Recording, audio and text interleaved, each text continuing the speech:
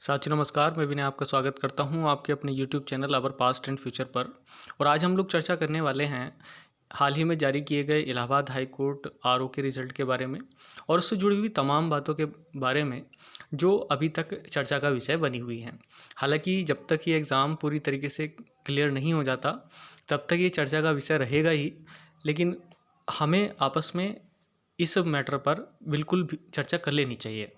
ऐसा करते हुए मैं आपके सामने हाजिर हूँ और मैं साफ ये बता दूँ आप लोगों को कि मैं भी इसी इलाहाबाद हाई कोर्ट आरओ का एक अभ्यर्थी हूँ और यहाँ पर मैं अपनी एक यात्रा आपके सामने शेयर कर रहा हूँ, क्योंकि ये सफ़र मेरा आज का नहीं है।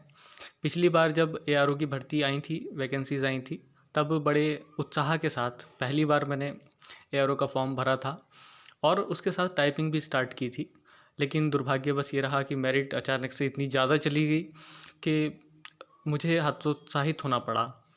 लेकिन तब भी मैं अपने आप का जो तैयारी का लेवल था उसको अगर मॉडरेट मान करके चलूँ तो उस हिसाब से मैंने 155 मार्क्स गेन किए।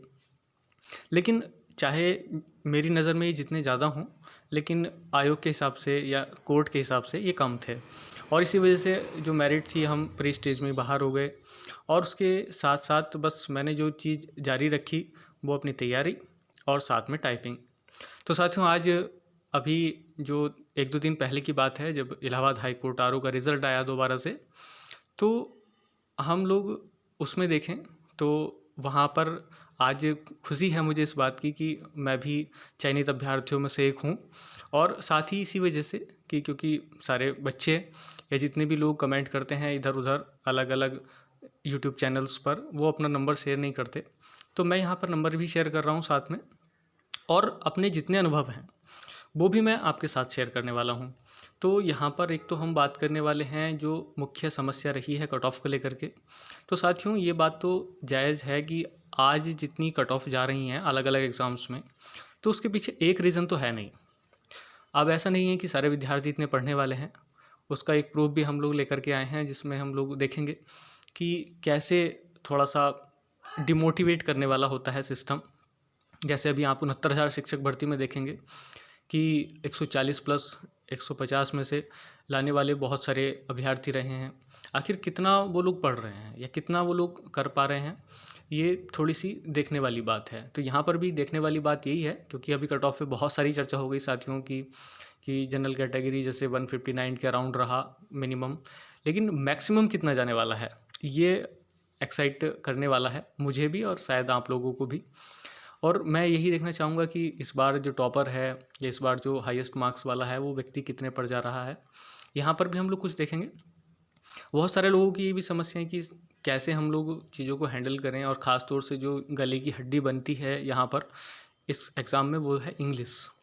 तो इंग्लिश के लिए एक जो सॉल्यूशन मुझे लगा, मुझे अपने अनुभव के हिसाब से जो मुझे बताना चाहिए, शेयर करना चाहिए, वैसे तो जगजाहिर है जो लोग तैयारी कर रहे हैं उन्हें सभी को पता होती है, लेकिन फिर भी यहाँ पर आप लोग देख सकते हैं आपके सामने एक इंग्लिश लैंग्वेज का किरण का जो कह लीजिएगा बुक आपके सामने है।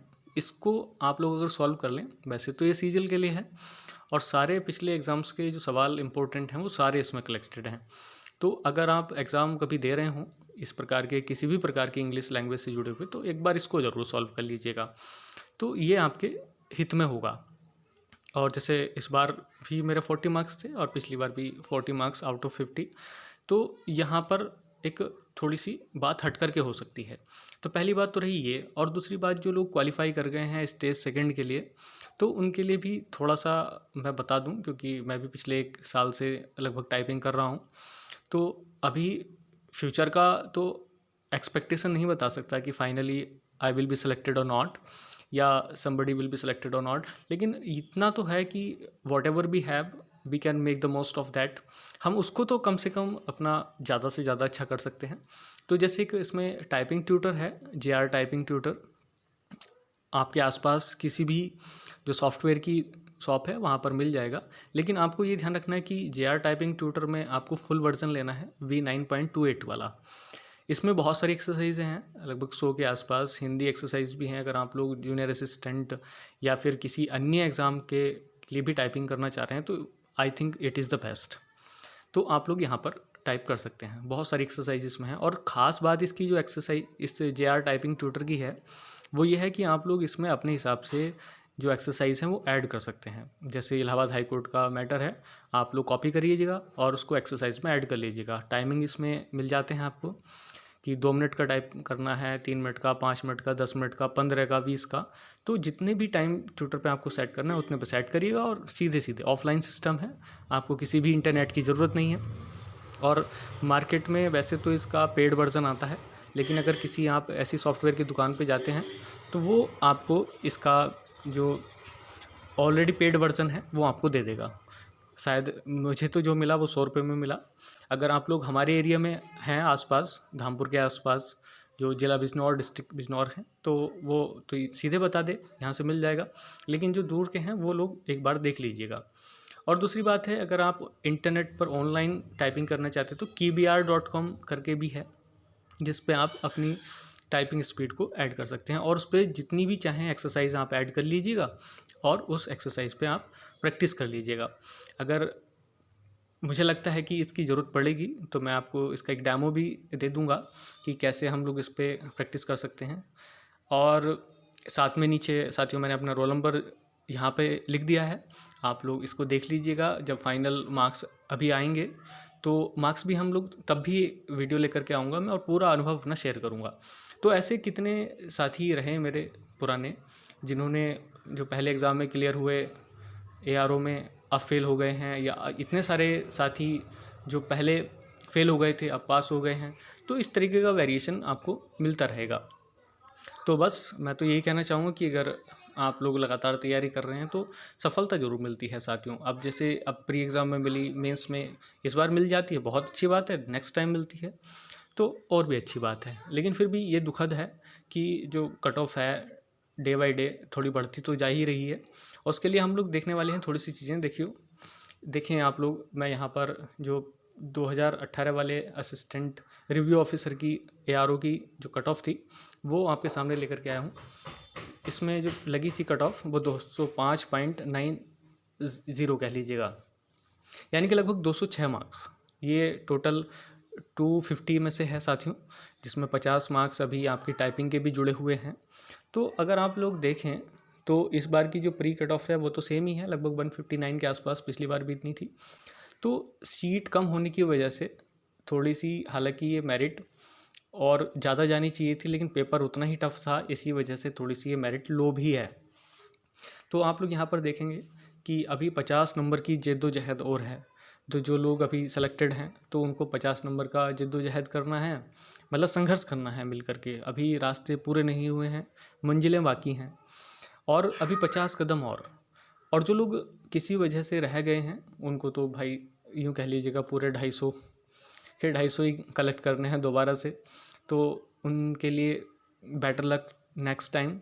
और जो साथी मेरे साथ चल रहे हैं वो तो चल ही रहे हैं, और मैं कोशिश ये करूँगा कि जितने अनुभव मुझे हो रहे हैं यहाँ से लेकर के, प्री एग्ज़ाम से लेकर के और टाइपिंग तक के, वो सारे अनुभव मैं अपने इसी चैनल के माध्यम से सभी लोगों में शेयर भी करूँगा। तो जब भी टाइपिंग होती है, जैसे ही मार्क्स आते हैं, हम लोग फिर से हाजिर होंगे।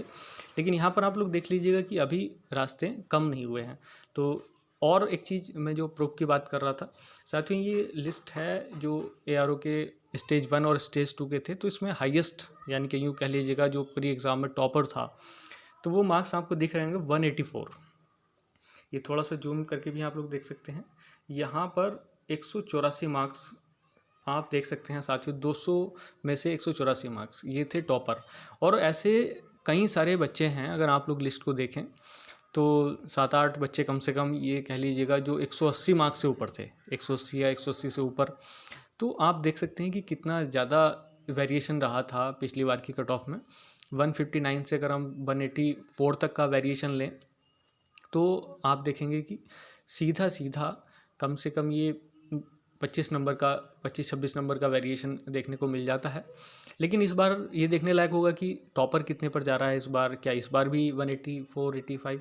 तो इस तरीके से क्या होता है कि मेरिट ऊपर उठती है। लेकिन फिर भी आप लोग देखें कुछ थोड़ा सा साथ में, स्टेज सेकंड के मार्क्स इस व्यक्ति के या जो भी हैं OBC के कैंडिडेट हैं, जो भी रहे हों, मुझे इस बात से कोई मतलब नहीं है। तो मार्क्स आप देख सकते हैं तो 11 मार्क्स कुल मिले इनको टाइपिंग में, और टोटल मिल करके इनके हो गए 195.10। लेकिन इतना मेहनत अब मुझे नहीं लगता कि क्या सिस्टम रहा होगा। मैं हालांकि उसकी व्यक्ति की योग्यता पर भी सवाल नहीं उठा रहा, लेकिन जो व्यक्ति इतने ज़्यादा मार्क्स लिए हुए है उसको तो किसी कट ऑफ की वेट करने का जरूरत नहीं थी, या किसी अन्य प्रकार की चीज़ का वेट करने की ज़रूरत नहीं थी। कम से कम 17 मार्क्स जो क्वालिफाई करने के लिए ज़रूरी थे वो तो मिलने ही चाहिए थे। और साथियों, अगर उतने मार्क्स भी मिल जाते तो शायद काम हो जाता। तो आप लोग देख सकते हैं उसके नीचे 181 वाले भी हैं, बिल्कुल जस्ट नीचे, उनके भी 14 मार्क्स। मतलब कुल मिलाकर के जो 17 नंबर की एक क्राइटेरिया रखा गया है टाइपिंग क्वालिफाई करने के लिए, वो भी नहीं कर पा रहे हैं। तो कहने का मतलब ये है कि इतने ज़्यादा मार्क्स लाने के बाद कोई व्यक्ति ऐसे कैसे छोड़ सकता है। आप सोच करके देखिएगा कि अगर आप लोग 180 प्लस मार्क्स बना रहे थे पहले से ही, तो टाइपिंग ना करने के पीछे कारण क्या हो सकता है। तो साथियों, मैं ये ही कहना चाहूँगा कि अभी जो व्यक्ति हालांकि सेलेक्ट हो गए हैं तो वो अपना काम शुरू करें आगे, और जो अभी सेलेक्ट नहीं हुए हैं तो वो पिछली अन्य चीज़ों के साथ साथ इसको शेयर करें। अगर मुझे लगता है कि प्रॉपर रेस्पॉन्स यहाँ से मिलता है तो मैं और भी चीज़ें जो पढ़नी चाहिए और जो चीज़ें आवश्यक हैं इस चीज़ के लिए वो मैं करूँगा। तो आप अगली वीडियो के लिए वेट करिएगा, और जब मार्क्स आते हैं वैसे ही मैं आपके सामने फिर दोबारा से हाजिर होऊंगा नए अनुभवों के साथ। और तब तक के लिए जय हिंद, जय भारत।